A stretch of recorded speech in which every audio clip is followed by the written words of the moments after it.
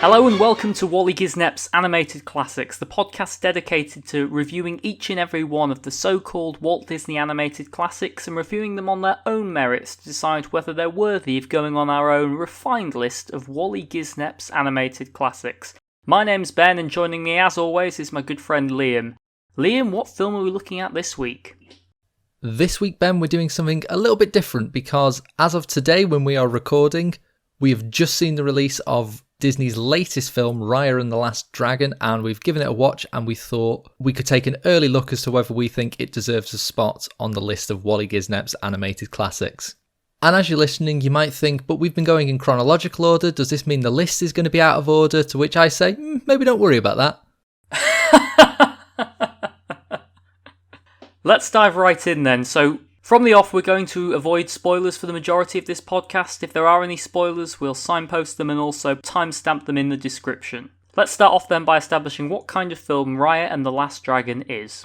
Now, if you've seen the trailer, it's pretty good at setting up what the premise of this film is. What we have is a land that was once united, living in harmony with dragons. After the dragons went, the lands fractured into different groups, and now we're in a time where everyone is divided, but ostensibly at peace, and that's where we are at the start of this film. We meet Chief Benja of the Heart People and his daughter Raya, and they are guardians of the Dragon Gem, which is the last remnant of dragon magic, which was left behind when the dragons saved the world from the Droon, a dark plague that swept the land, turning everyone to stone. They also dress and fight like Mortal Kombat characters, with the exception of the fatalities. It's a shame that in a film where the people take their names from the heart, spine and talon of the dragon, that nobody had their heart, spine or talons ripped out. Spoilers. And we see that Chief Benja has a dream that the world will be reunited once more, and so he invites the leaders of all of the groups to come to Heart to try and work towards this reunification of the land. And that right there is basically your setup and your very kind of on-the-nose theming of this film, which is reuniting what has been broken. Now, you might be listening to that and thinking, that sounds a little bit like Moana. And you'd be right. There's a lot of Moana-esque things in this, particularly within the opening, where we get a 2D drawn story explaining how the monsters took over. We've got a special gem that is the magic and life force keeping everything together. That opening, there's a part later in the film where we see children sitting down to a shadow theatre production, and I was thinking, I bet they really wanted to do the opening like that, but were like, no, everyone will just compare it to Moana. But we're comparing it to a Moana anyway, so... On the subject of Moana, Frozen and Tangled have very much done a pretty good job of establishing a new kind of Disney styling in terms of themes and structure, and certainly in art style. So the question we're going to ask ourselves this podcast is, does Raya and the Last Dragon fit into this succession of films? Is it the new Tangled, the new Frozen, the new Moana? Let's start then by looking at the characters we have in this film, and let's start with the character of Raya. What is the character of Raya? The fact you're asking that suggests there's something of an issue. Don't get me wrong, I enjoy watching Raya do what she does. She's incredibly competent, she's driven, she's a badass. She does have some flaws, and I suppose the main flaw is meant to be that she's lost her ability to trust people, and that's meant to be her main character drive, but it doesn't make her a massively memorable or compelling character. That's kind of one of the big problems I have here, is all I can really think that her key characteristic is that she wants to save the world. She is taking on the responsibility by herself, kind of missing the point of how to save the world, which we will get to. She's like Elon Musk, is what you're saying. Yes, basically. She's not like Elon Musk, don't worry. So the opening of this film has her take up the mantle of a guardian of the dragon gem, and she sees it as her personal responsibility. And I do quite like this opening because Chief Benja is the guardian of the dragon gem at the start of this film, and he invites all of the leaders from across the land to join together, but they don't trust him and are jealous of him because the Heart people have the dragon gem. They have the most powerful artifact in the land, so it's easy for them to... They even say it's easy for him to pontificate about peace and unity when you're sitting on the most powerful weapon. So right at the start, we have him inviting the people to join with them and them rejecting it. And then from that point, because of that rejection, Raya takes up the personal mantle of saving the world by herself. And that seems to be the entire basis of her character. Maybe after a few more watchings, I'll get more on this, but she seems like a very functional protagonist. I mean, you say give it a few more watches, but I think the first time you watched Frozen, you had a pretty good idea what Elsa's character arc is and what her flaws were and what queen. Drives her. I think deep down we all want to be a sexy ice queen, including Raya, so maybe that's her motivation, is become a sexy ice queen. We're also introduced to Namaari, who is kind of Raya's opposite from the Fang lands, who are the sort of sneaky assassin types. And we get a lot of parallels between these two characters. So initially, Namaari very much seems like she's on the same page as Raya, but actually is just manipulating her, which triggers everything going wrong, and the tribes becoming further divided, and Raya losing her ability to trust people.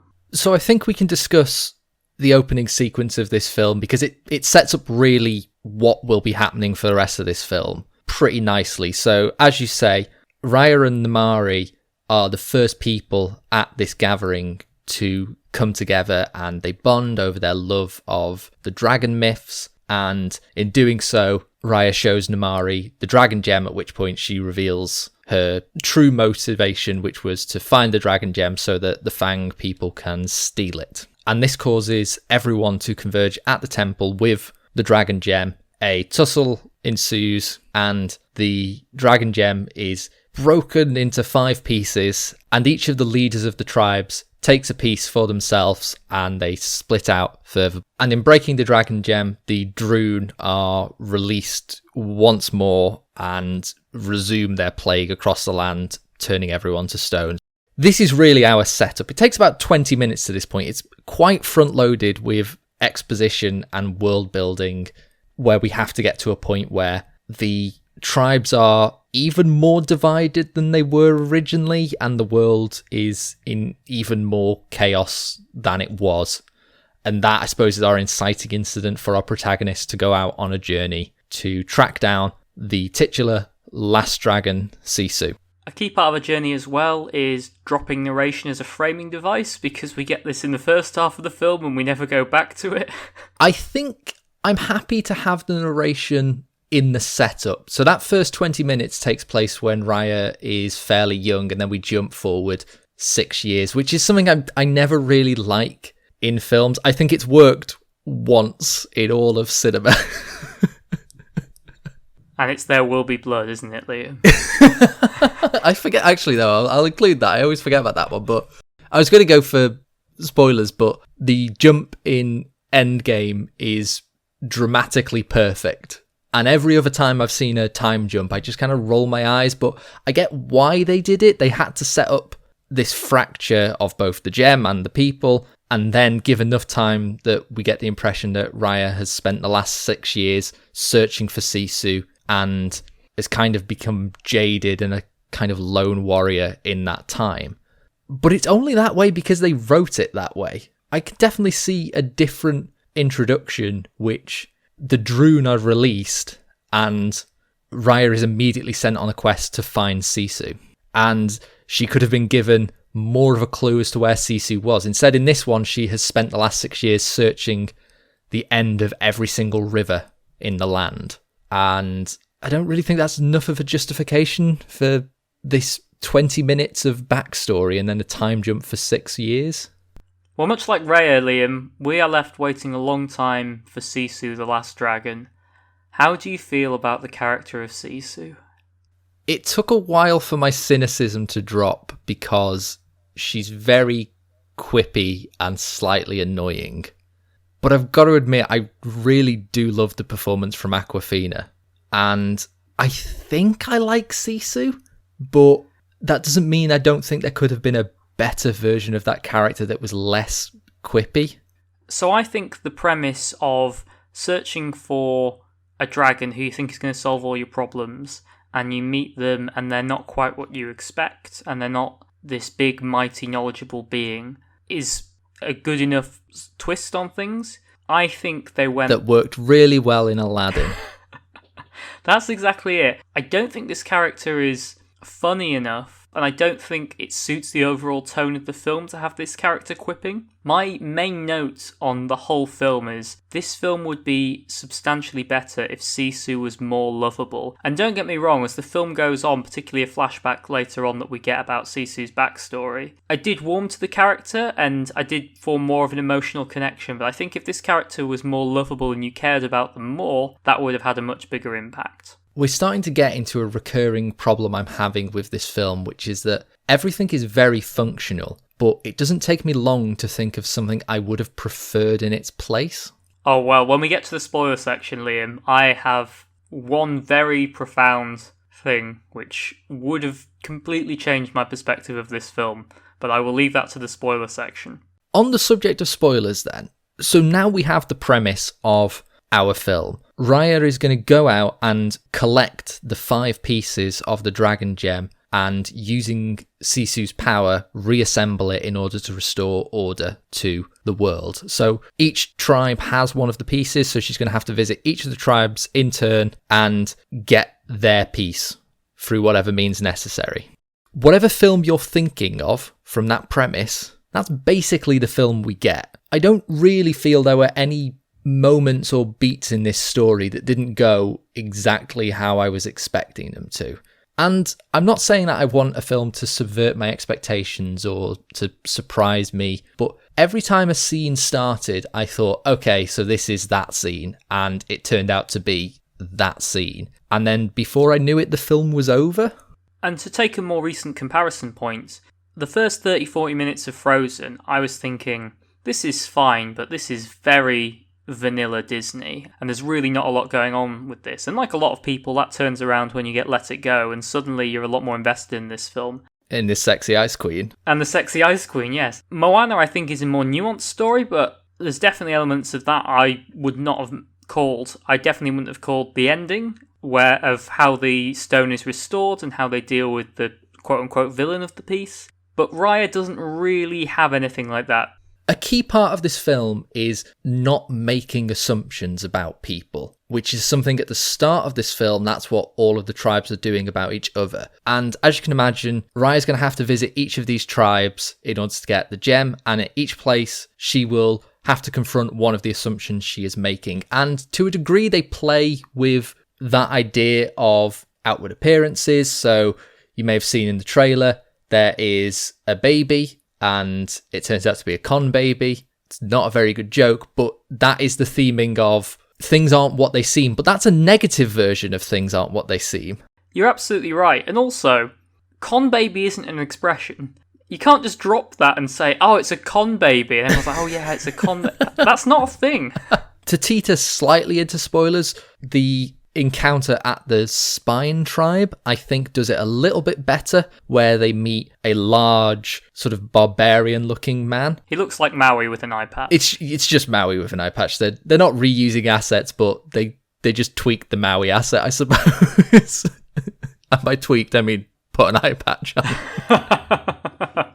And he gives off this impression as a big, scary, fierce warrior, and he's kind of a bit softer than you'd expect, but they don't do it overt or comedic, so it doesn't really work in that sense either, whereas I think they could have leaned more into that. On the note of the different tribes, I think one thing they definitely could have leaned more into, and it's because they do it a little bit that it annoys me, which is each of the tribes is named after part of the dragon based on where they are on the map. So we have the tail, the heart, talon, spine, and fang, I believe. And to a degree, each of them represent those elements. So Raya's from the heart, which is why her father is trusting and wants to bring everyone together. The Fang are more ruthless and potentially like backstabbing and cutthroat. Spine, you get the impression that they are fierce warriors and they are courageous. And Talon, you've got the sort of the thieving area of the land. And then Tail is water and cooking, I suppose. But I feel they could have leaned more into that, whereas if you're going for playing on expectations, in Talon I'm expecting everyone to be thieves because they just told me. So to reveal that someone is a thief isn't challenging my assumptions. It's just reaffirming my prejudices. We even get this with the relationship between Sisu and Raya, where Sisu wants Raya to trust people. Raya says people can't be trusted and they've been given their chance. And both of them are kind of right at different points, which is quite a confusing message. It's not the case that Sisu's always right or Raya's always right, which in theory gives it a bit of moral complexity, but in practice just makes the message a bit confused. We've touched a little bit on the side characters. Overall, I think they're not particularly memorable. I could definitely leave the Con Baby. I'm not that keen on the Shrimp Boy. He's not part shrimp, unfortunately. I've really oversold that character. For me, they're not quite the level of, say, Big Hero 6, which I think has a really good collection of side characters. They're definitely there for comic relief and not much more. As soon as I realised that she was going to accumulate a roster of friends on her journey, I started panicking, particularly given the roster of people involved. Like, again, that Con Baby is not great. To put it bluntly, I don't think any of the humour around it works. I don't want to keep going on about the Con Baby, but it doesn't make any sense because the rest of this film, it's got magical elements, but people are still adults and some of them are children, and you meet the Shrimp Boy and he's been isolated because the Droon have turned so many people to stone that he has to look out for himself, and you're like, that's quite a heartwarming little story. But then if you've got a baby doing like front flips and ninja moves, then that whole reality doesn't make any sense anymore. The other thing is that they don't really do anything until the final act. Like, it's not as if they're coming along with Raya and she doesn't want them because she's taken on this mantle of I have to save the world, and they're coming along because, hey, they're part of the world too, they want to save it. And despite her protests, they come along and at several points they each help her. Narratively, I think that would work. Instead, they just kind of tag along and then at the end they all kind of help. What about the visuals then? Because for me personally, this is one of the best looking films I've ever seen. Probably the trickiest thing that 3D animators have to deal with is water. So for basing your film around water, you've got to nail it. And Moana did. I was going to say, and they proved that they could do it with Moana, and they're doing it again because it's impressive. Though I will say, hair and water is the worst thing to do. I think back to The Incredibles and they talk about how impressive it looked. I think it looks bad, particularly when the characters are wet, but it looks great for the time. But even at the time I was like, I don't think we're there yet. Can we not do people in water? And now we have this hairy water dragon flowing through the water and bursting out, and you can see it on it. Oh, it looks fantastic. The design's great. I think the world design as well is fantastic. Each of the 5 tribes is so unique and they have a lot of fun with it. And one thing I really enjoy is this is an adventure film. As I say, like, that's essentially 4 action set pieces you need. Obviously, Raya starts with a gem and then she needs to get 4 other gems. There's 4 action set pieces. Each one looks completely different, is thematically very different, and they're all really exciting. And I think a big part of that is the visuals. On a technical level, there's no doubt this is the best Disney have put out, certainly in terms of 3D animation. And the variety is a massive part of that. Frozen, obviously, it's all about snow. Moana's all about water. Tangled has the sort of generic medieval aesthetic, whereas Raya has all those and more, and does them all better for the most part. The flip side of that is I don't think it has a particularly unifying visual theme. But I think that works in favour of the film. Like, we are seeing a disjoint and broken land, and having such visual diversity works really well for that. I think that's actually a really fair counterpoint, and yeah, I'll accept that in terms of the visual styling. The only other point I have on the visuals is there's some really dynamic direction in this.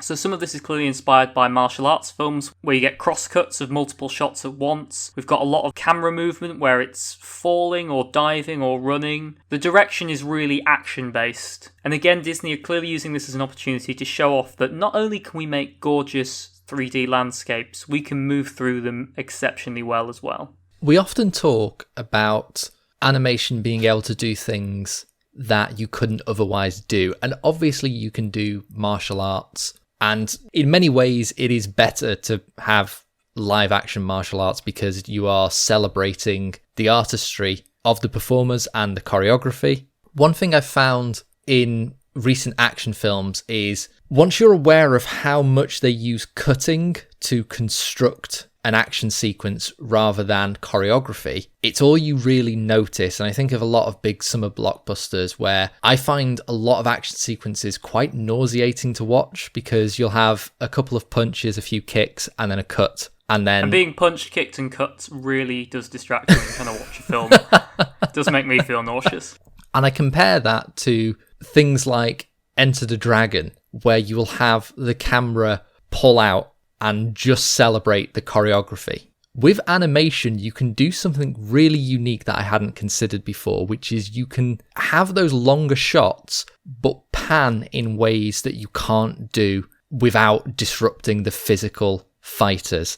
And there are some beautiful sweeps that happen in it. I think they still rely a little bit too much on cuts just because whoever has choreographed the sequences, that's what they're used to. So they are treating it like a live action fight sequence. And also you can't just hold out because things will get boring and you do need to use the camera to add rhythm to the sequence. But there are, I think, 3 or 4 major fight sequences in this and they're all absolutely gorgeous. And yes, we're not seeing that sort of level of artistry you'd expect from your Bruce Lee and your Jackie Chan. But on a choreography level and on a cinematic level, they're able to do something that you can only do in animation, and I really enjoyed it. Before we go any further, I'm just going to say this is the bit where there's going to be some pretty heavy spoilers, so if you don't want to hear them, we'll put a timestamp in the description and in the video. So, let's talk about the character of Namaari. Namaari's set up as Raya's rival, and throughout the film they have various fight sequences. Namaari's trying to do what the Fang tribe, and particularly her mother, who's the leader of the tribe, want her to do, which is in opposition to what Raya wants. I.e., they're both trying to get Sisu and the parts of the gem, but they're trying to do it for slightly different reasons. I disagree. I actually think what's great about this film is they have the same goal. The problem is that they don't share that goal with the other one, and by not explaining what they're trying to do, that's where the rivalry comes from. I actually think that's a really, really good point, and this highlights to me what is simultaneously my biggest praise and biggest criticism of this film. So, I don't know about you, Liam, but watching the sequence of a young Namaari and Raya interact with each other, for me, this is done in such a way as to imply there is at least a degree of chemistry between these two characters. Oh yeah, the internet is already shipping them. Yeah, I think that's a very reasonable interpretation. I don't think this is an arbitrary, oh, wouldn't it be nice if these two characters were together? I think that's a genuine read of it. And for me, even though I know that if there was a gay relationship in a Disney film, I'd have heard about it long before the film came out because hateful people would have complained about it already. There was a moment right at the climax of this film where Raya realises that the only way they're going to succeed is to learn to trust each other, and she has to give up the parts of the gem she has to Namaari and let her figure it all out by trusting her. She walks over to Namaari, she gives her the gem, she puts her hand on her shoulder and leans towards her, and I, hand on heart, thought they were going to kiss, and I was like, if they'd done that, I would have had the utmost respect for this film because it wouldn't have felt forced, it felt completely organic, it didn't detract away from the rest of the film. And for me, that would have been the true Frozen moment. At the end of Frozen, the first half of the film sets it up as being your stereotypical fairy tale romance. But actually, the whole point of it is that love takes many forms, and platonic love and family love is just as powerful as romantic love, which obviously goes against a lot of the Disney canon. And I sincerely thought that's what we were going to get here, of taking another bold step away from the established Disney heteronormative standards and actually have these characters have that relationship. And instead what we get is a fairly generic, hey, we're mates, it's all cool. I'm not so sure I agree. I'd probably have to think about it. I think I like and want to see more strong platonic relationships.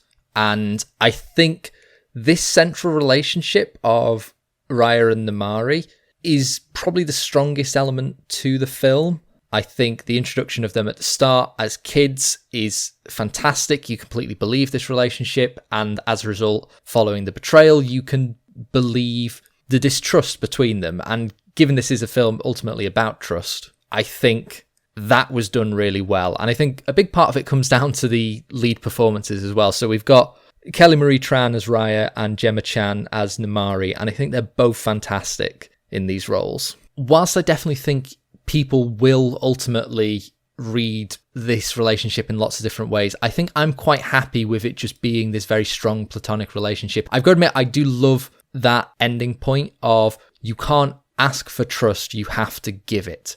And so the ending of the film, when Raya first asks each of the people with their 5 pieces of the gems, you have to give them to me so I can do this, she realizes she can't ask them to trust her, but she can show trust for someone else. So she gives the piece to Namaari, hoping that by taking that first step, the other 3 people will do the same and they can trust that Namaari will save them. I really like that ending. You can't ask anyone to trust you unless you're Aladdin and you've got a magic carpet. Don't get me wrong, I really enjoy watching the relationship between these 2 characters, and I'm not someone who needs a romantic relationship in every film. Again, it's one of the reasons I really like Big Hero 6 and really like Moana.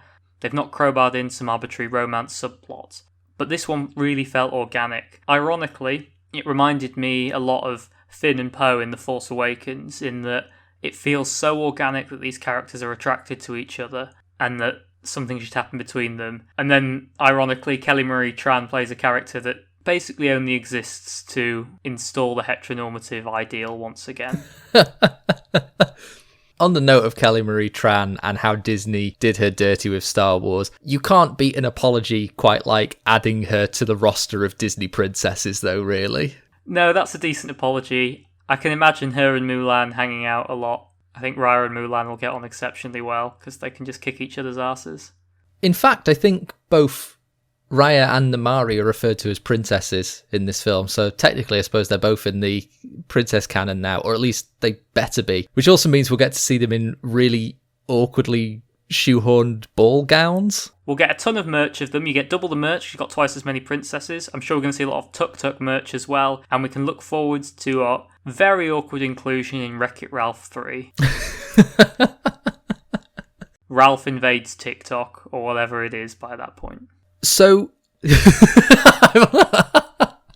I was going to say Ralph is banned from Twitch for using a racial slur, but... Oh dear, sorry. So I mentioned earlier that this film is basically exactly what you'd expect from the premise. Very early on, I thought that the Droon was going to be revealed to be, oh, it's not actually evil after all. It's just an entity that's suffering and we need to help it. They don't do that. It's just an evil force. And I kind of like that they pulled a reverse modern Disney on me there. Which is consistent with the lesson of the film that people aren't always what they seem except when they are. In fact, that would have made a lot more sense. That's very annoying, because I think very early on I was thinking, oh, all the dragons are missing. Is the Droon like the spirit of dragons after they die and they need to be put at rest? But no, it's just evil purple goo, and I suppose that's fine. But there's a moment towards the start of the 3rd act where Raya reaches out to Namaari, explains what they're trying to do and asks her to help. And because of the pressure on her as the princess of the Fang tribe, Namaari uses this as an opportunity to try and steal the gems, but Sisu reaches out to Namaari and is like, I trust you and we can work together. Namari's very nervously holding a crossbow pointed at her. Raya panics, tries to stop her, and inadvertently results in Sisu being killed. And I kind of wish that was that for Sisu. Not because I don't like the character, which, hey, they could have improved the character, but that's not enough to want to see her dead. But I think there's a lack of permanence in this film. There's a moment when the roster of friends that have accumulated are excitedly talking about the fact that they're going to save the world and bring everyone back. And they're really excited to talk about their family members that they miss. And while I was watching this, I was thinking, are they setting this up that they're not going to bring everyone back? Are they actually going to be bold enough to just have it be permanent? And it's like, no, you can make the world a better place from now on, but what's done is done. And obviously they don't do that. Everyone gets brought back at the end. But the way this scene is framed, go back and watch this scene, and it reads as Disney being like, yeah, it'll be great when everyone comes back, won't it? And then at the end they go, it was, wasn't it? Here's a bad pop song over the end credit.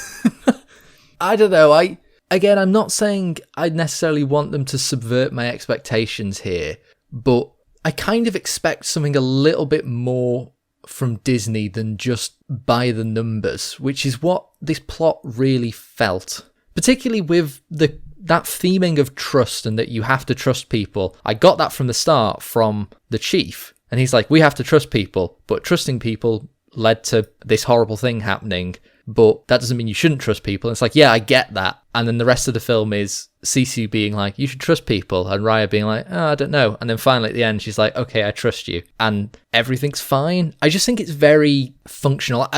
It's going to be the word I keep coming back to. This is a very functional film for me. But before we decide whether it puts the fun in functional and is worthy of going on our list of Waly Gisnep's animated classics, Liam, is there anything else we need to talk about regarding Raya and the Last Dragon? You know, this is going to be a really interesting one, because this is the first time we're discussing this with really the modern era of Disney. Because what we need to decide is who in Raya and the Last Dragon is the sexiest character and why. And I've got to admit, I think Disney's been really good for the last decade for not overtly sexualizing any characters. With the exception of Sexy Ice Queen. With the exception of Sexy Ice Queen, which I'm fine with. And I think there will always be characters that various people on the internet and various forums will discuss as being, you know, their crush in this film. But that's down to personal preference. I don't think there's any characters really that are overtly sexualized. But Ben, who do you think is the sexiest character in Raya and the Last Dragon, and why? It was so much easier in the 40s and 50s where there'd just be one character which had big eyelashes for no good reason, because someone clearly had a thing for fish or whatever. And by someone, you mean Don Bluth.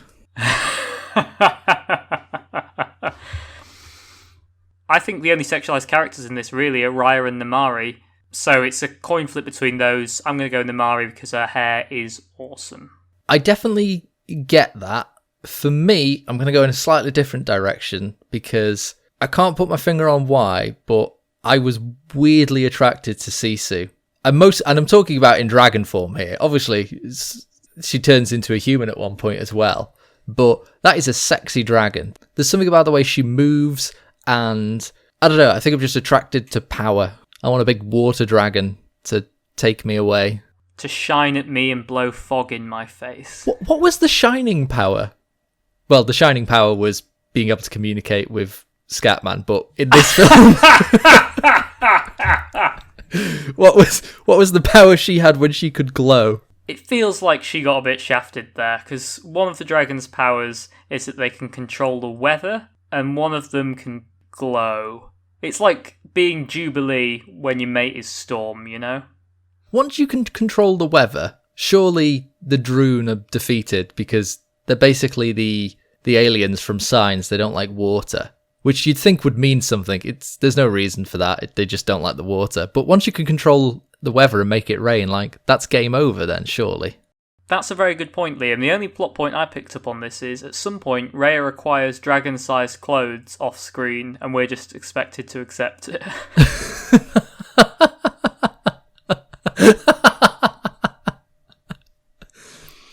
fact, maybe I've missed something, but why did all the dragons come back at the end? We've definitely gone back into spoiler territory.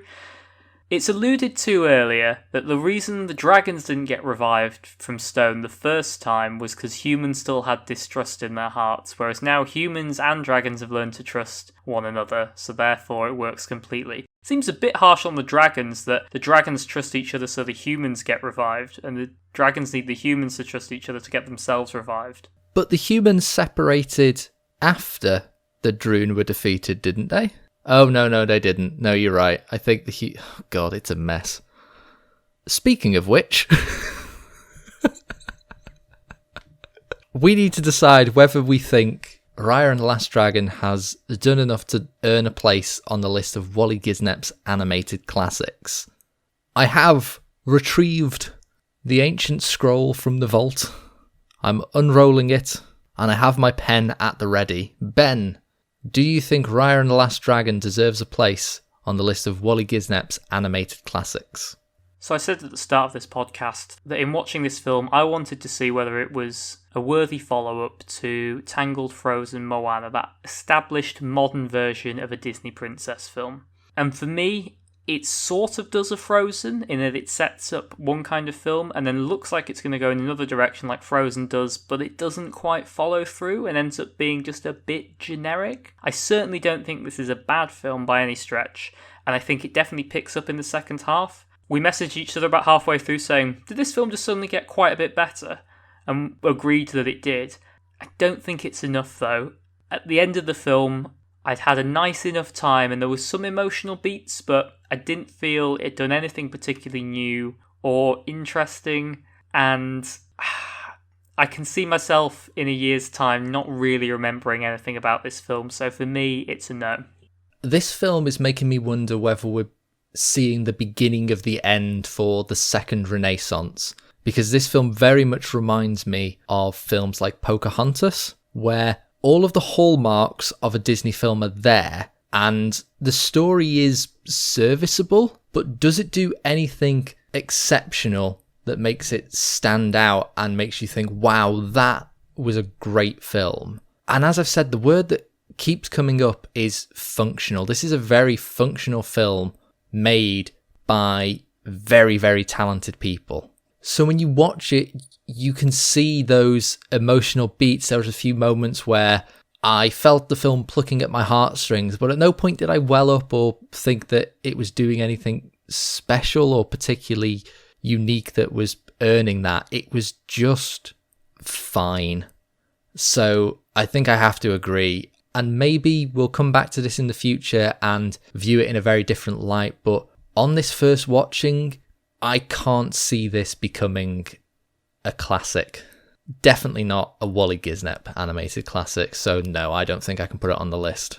But of course, those are just the thoughts of Liam and myself. Have you had a chance to watch Raya yet, and what are your thoughts on it? Do you feel it's a part of this modern renaissance, or are the cracks starting to show? Did it have an emotional resonance with you, or do you feel that some of that was lacking? Were the frankly incredible visuals and very charged score enough to win you over? We're always keen to hear your views. Waly Gisnep's Animated Classics is available on SoundCloud, Spotify, and a special enhanced version on YouTube, and we put out a new episode each and every week. And of course, most importantly, we always want to know your thoughts on the sexiest character in these films. Have we reached a point where animators are no longer overtly and inappropriately sexualizing their characters? Many would say that's a good thing, others not so much. In fact, did you see that the internet is complaining because Lola Bunny in the upcoming Space Jam has been made less sexy? And by less sexy, we just mean like all of the other Looney Tunes. If that's the biggest problem the second Space Jam film has, then I'll be very surprised. And with that, all that's left to say is thank you very much for listening to this very special episode of Waly Gisnep's Animated Classics. And from me and Ben, we'll see you next time.